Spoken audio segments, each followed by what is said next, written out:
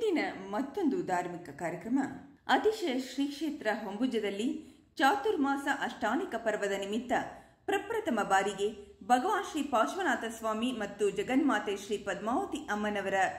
ಮಹಾಸನ್ನಿಧಿ ಹಾಗೂ ಪರಮಪೂಜ್ಯ ಜಗದ್ಗುರು ಸ್ವಸಿ ಶ್ರೀ ದೇವೇಂದ್ರ ಕೀರ್ತಿ ಭಟ್ಟಾರಕ ಸ್ವಾಮೀಜಿಯವರ ನೇತೃತ್ವದಲ್ಲಿ ಇಂದ್ರಧ್ವಜ ಮಹಾಮಂಡಲ ವಿಧಾನ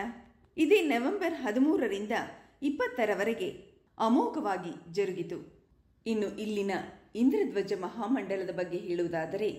ರಜತ ಮಂಟಪದಲ್ಲಿ ವಿಶೇಷವಾಗಿ 4 ದಿಕ್ಕಿಗೆ ಚತುರ್ಮುಖ ಬಿಂಬಗಳನ್ನು ಸ್ಥಾಪಿಸಿ ಸರ್ವತೋಭದ್ರ ಮಂಗಲಮಯವನ್ನಾಗಿಸಿ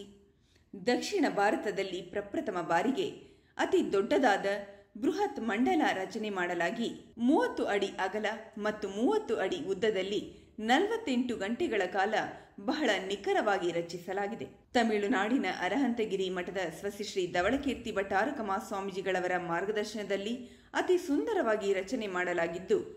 ಅವರೊಟ್ಟಿಗೆ ಸೋಂದಾ ಮಠದ ಸ್ವಸಿ ಶ್ರೀ ಭಟ್ಟಾಕಲಂಕ ಭಟ್ಟಾರಕರು ಹಾಗೂ ಹೊಂಬುಜ ಶ್ರೀಗಳವರು ಒಟ್ಟಿಗೆ ಸಾನ್ನಿಧ್ಯದಲ್ಲಿ ಪಂಡಿತರು ಮತ್ತು ಕಾರ್ಯಕರ್ತರ ಸಹಕಾರದೊಂದಿಗೆ ರಚಿಸಿ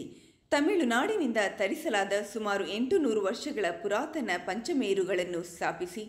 4 ದಿಕ್ಕಿನಲ್ಲಿ 4 ನಂದೀಶ್ವರಗಳನ್ನು ಸ್ಥಾಪಿಸಿ ಹಾಗೂ ವಿಶೇಷವಾಗಿ ಮತ್ತು ಪ್ರಮುಖವಾಗಿ 458 ರತ್ನಬಿಂಬಗಳನ್ನು ಜೋಡಿಸಿ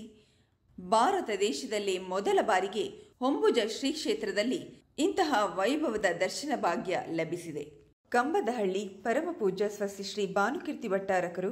ಹಾಗೂ ಪೂಜ್ಯ ಆರಿಕಾರತ್ನ ಶಿವಮತಿ ಮಾತಾಜಿಯವರು ಕೂಡ ಈ ಸಂದರ್ಭದಲ್ಲಿ ಉಪಸ್ಥಿತರಿದ್ದರು.